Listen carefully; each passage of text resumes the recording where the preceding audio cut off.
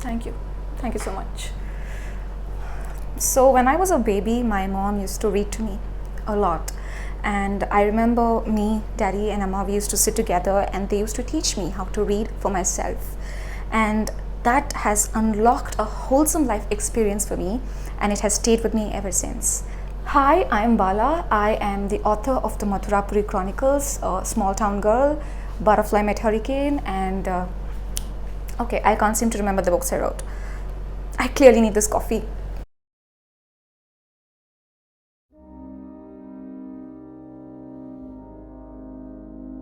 My daughter is 10 months old and I've been reading to her ever since she was in my belly. Back then, I used to read out loud and I used to pick books that were actually my favorites that helped me keep sane, and it helped me stay calm and everything. So I usually went with J.R.R. Tolkien or John Green or Cassandra Clare, but now that she's actually out in the world, picking books out for her has been quite an experience. I've already gotten 25 books in her library, probably more, and I love reading to her. It's a great way for us to bond, and obviously from her side, it helps her know about the world she has come into. It helps her discover new things, get new answers and stuff like that. And here are my top 4 recommendations for Indian mothers looking to build their children's libraries. Because you do not have to go ahead with Grimm's fairy tales, bedtime stories and stuff like that. There are hundreds, if not thousands, of books by Indian authors that are quirky, funny, whimsical and just culturally appropriate for Indian children, about Indian children. Amamma Sari by Nivedita Subramanian. Amamma Sari is my personal favorite in my daughter's library. I just love this book. It's actually a wordless book, which means it's just got pictures, textures and everything. You do not have any words or a story that's written in words, but it really has a story, and it's a very powerful one. There's a very powerful message in this book.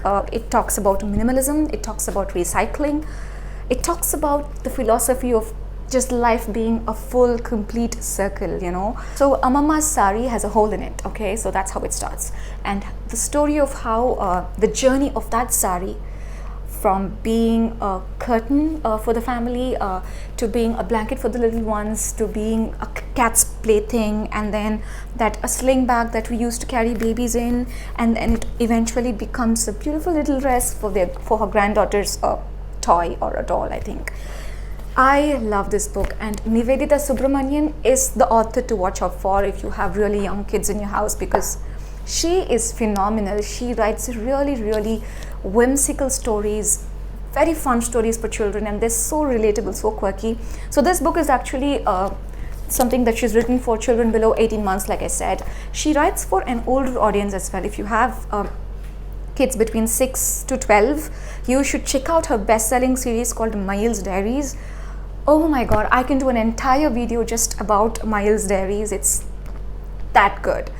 So that's it. That's one of the books in the list. Amamma Sari, mommy's favorite. Viral Infections by Wonder House Books.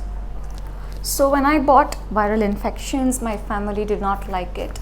Everyone, including my mom, my husband, my sister-in-law, everyone was like, this is too dark for the baby. Why did you get this?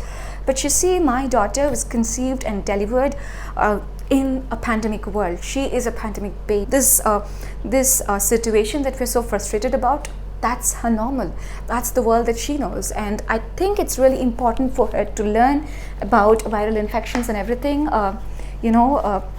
about swine flu, about the coronavirus disease and other things. And it's like how children should wash their hands and how they should cover their mouth when coughing and everything. It's not a hygiene guide, but it's a very informative capsule for introducing safety precautions to your children. It's got some very good tips, and it's more like a hygiene guide but in a fun way. It teaches them how they should wash their hands, what are the different types of viruses, what makes them deadly and everything like that. And it's also got some really fun stickers for children to be more interactive with, which I'm sure older children will find great use of. It's got like stickers of soap, of, a lab assistant, tissues and everything, good food and everything. So this book, I think, was a very important purchase and a very important part of our library, because it's going to teach her to be responsible, to take care of herself, and to watch out for the community. And I don't regret buying this book, and I will read it to her, and I do actually. My first 100 words by Wonder House Books.